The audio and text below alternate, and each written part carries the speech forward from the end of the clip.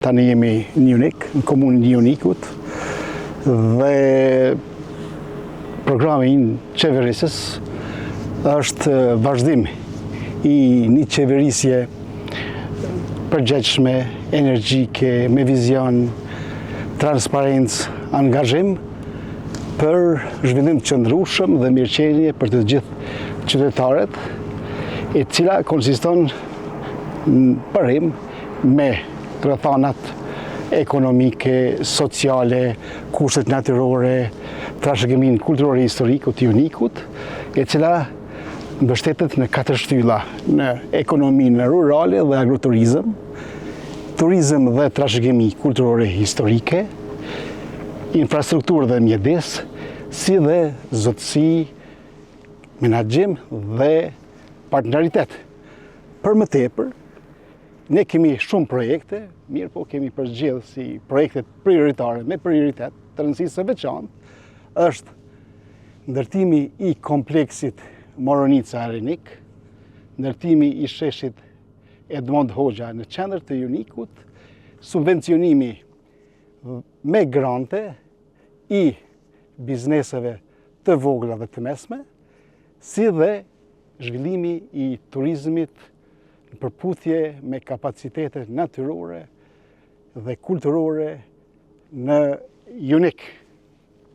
Andaj, për rrjedhim, ndërtimi i sheshit Edmond Hoxha paraqet një rëndësi të veçantë për faktin se edhe pse komune për mbi 15 vite, Juniku akoma nuk e ka të rregulluar qendrën, e cila është qendër edhe e biznesit, edhe gjitha shërbimeve ku marrin qytetarët e Junikut, si edhe është ashtu e vendosur dhe komuna e Junikit.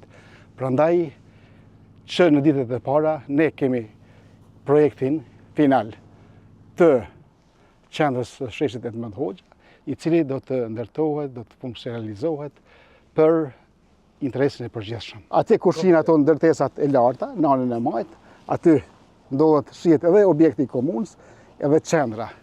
Aty do të ndërtohet, të thotë, i tërë sheshi me gjitha parametrat dhe standardet më të lartë, konform arkitekturës tradicionale junikase, po edhe arkitekturës moderne. Do të krijohen hapësira për të gjithë, edhe për qytetarët, edhe për bizneset, me parqe, me vende për rekreacion, për argëtim.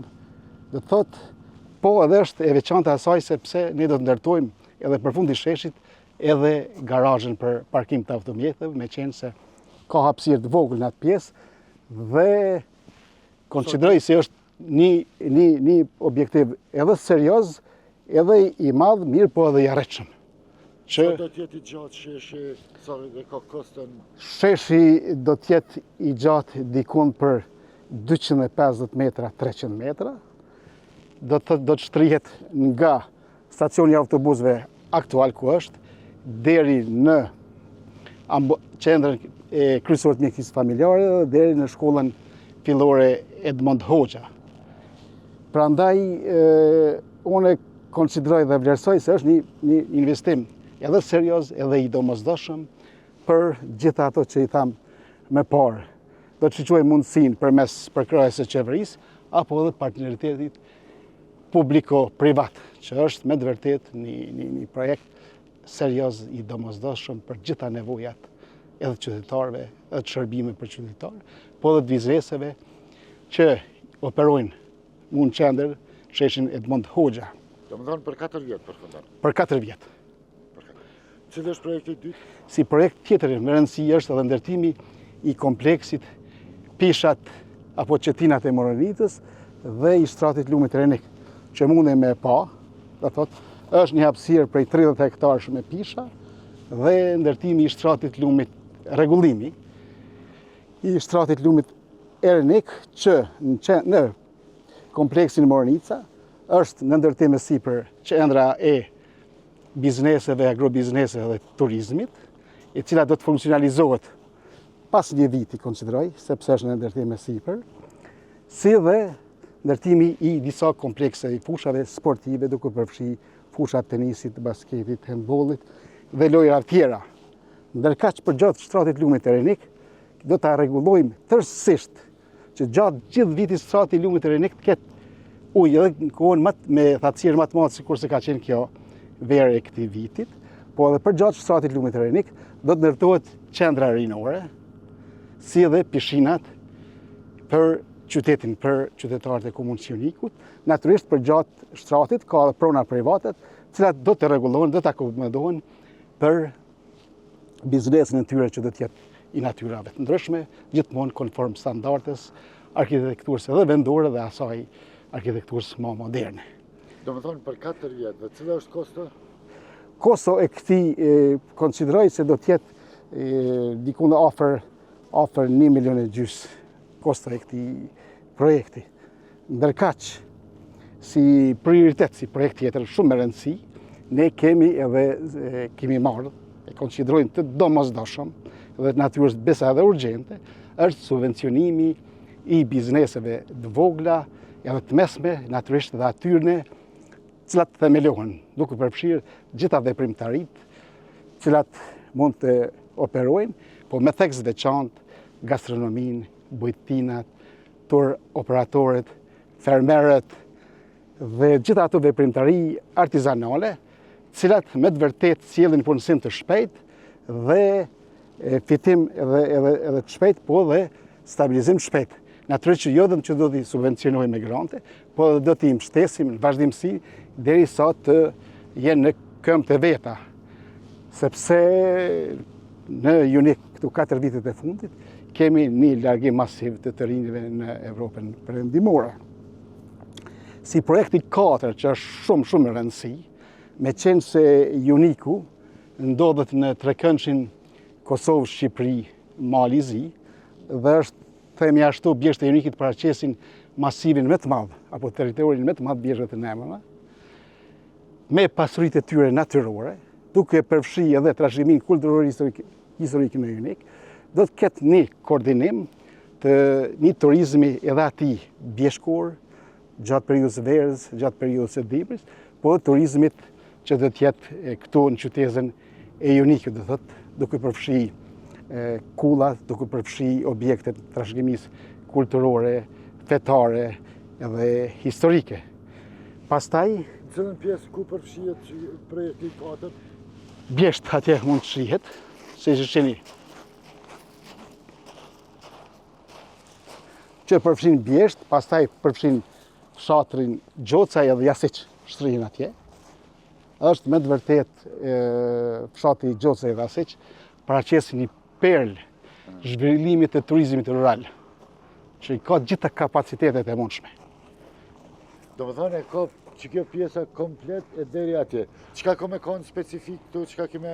Po specifik do të jetë këtu ndërtimi i komplekseve, bujtinave, po dhe i objekteve hoteliere të gastronomisë, që është, do thotë, në veçanti, do thotë, ato objekte do të ofrojnë kuzhina tradicionale shqiptare, po dhe vendore, autoktone vendore që do të jenë. Do më thonë, vjen një turist dhe në hongër ushqimin e Junikut që përgatitet, ka me posto. Po, do të jetë të gjitha.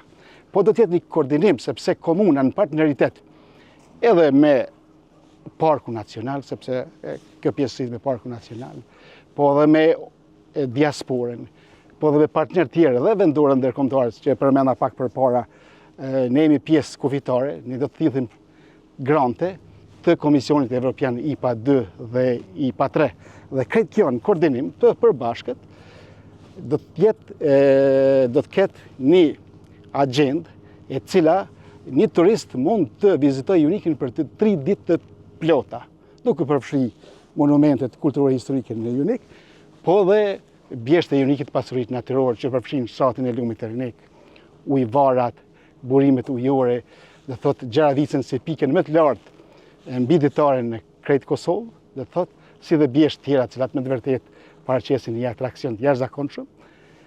Dhe në këtë kuptim, dhe thotë ne konsiderojmë si diçka të domosdoshme dhe funksionale dhe shumë operative në shërbim edhe turizmit, rritje të turizmit, po edhe në rritjen ekonomike të qytetarëve, po edhe në punësimin e qytetarëve. Unë kam edhe një sfidë, cilas ja kom parashtu dhe vetës, që aktualisht që nga pas lufta, qytetarët e fshatit Gjoca Jasiç dhe qytetarët tjerë pa shtëpi, pas luftës janë vendosë në lagjin Agim Ramadani, e cila aktualisht menaxhohet nga Agjencia Kosovare e Pronës.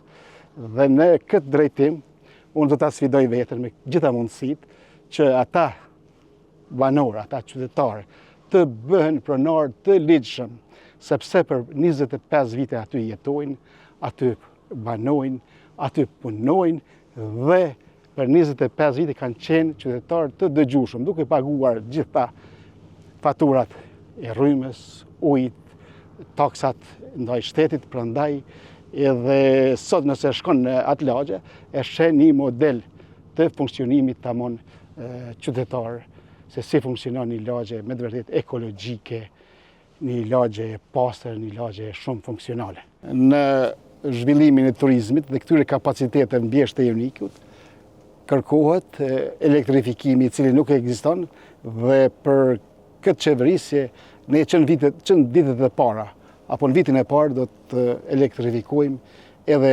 bjeshkt e unikut, atje ku operojnë, ku qëndrojnë stanet apo stanishtat e qytetarëve të unikut për jetesë dhe për zhvillim të aktivitetit. Për sa vjet i ke paraqit që kanë kry mandatin 4 vjeçar? Unë gjitha këto i parashoh mandatin tim 4 vjeçar, mundet me qenë Sheshi Edmund Hoxha se ka një Kosovë më të lartë, mundet të vazhdoj edhe për një vit.